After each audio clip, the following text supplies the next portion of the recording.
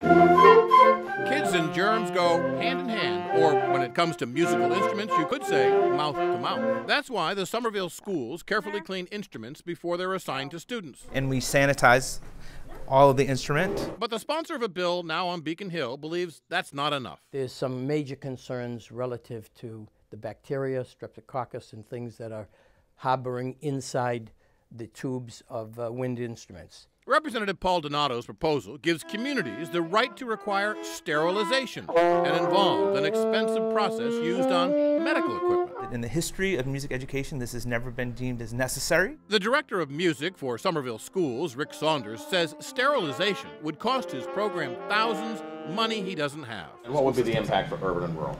The end of music programs. I think this sounds a bit like a solution in search of a problem. Dr. Bill Schaffner, a leading infectious disease expert, told the I-Team that in his 40 years, he's never heard of a contaminated instrument making a kid sick. I would think the risk is essentially zero. The I-Team contacted the Centers for Disease Control. They, too, told us they have no record of diseases being transmitted through a musical instrument. So what do some in the music community think is going on here? If this legislation is enacted, that company is going to make a lot of money.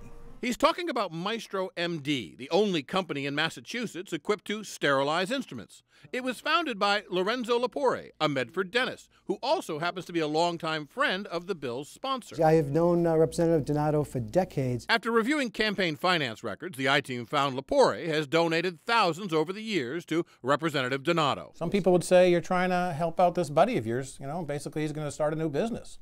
I'm trying to help out the parents of the children who are using musical instruments, wind instruments, to feel secure. Dr. Lepore also says this is about safety, citing studies that show harmful bacteria can grow inside instruments, and he says that puts kids in real danger.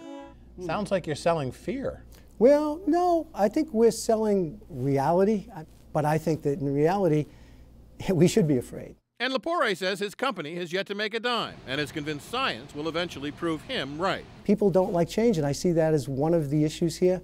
Now, this bill started as a statewide mandate, but it's been watered down. It now, if passed, leaves the decision to local school committees. But the I-Team has learned it could be weakened even further, leaving that decision to mom and dad. At the State House, Joe Shortsleeve, WBZ News.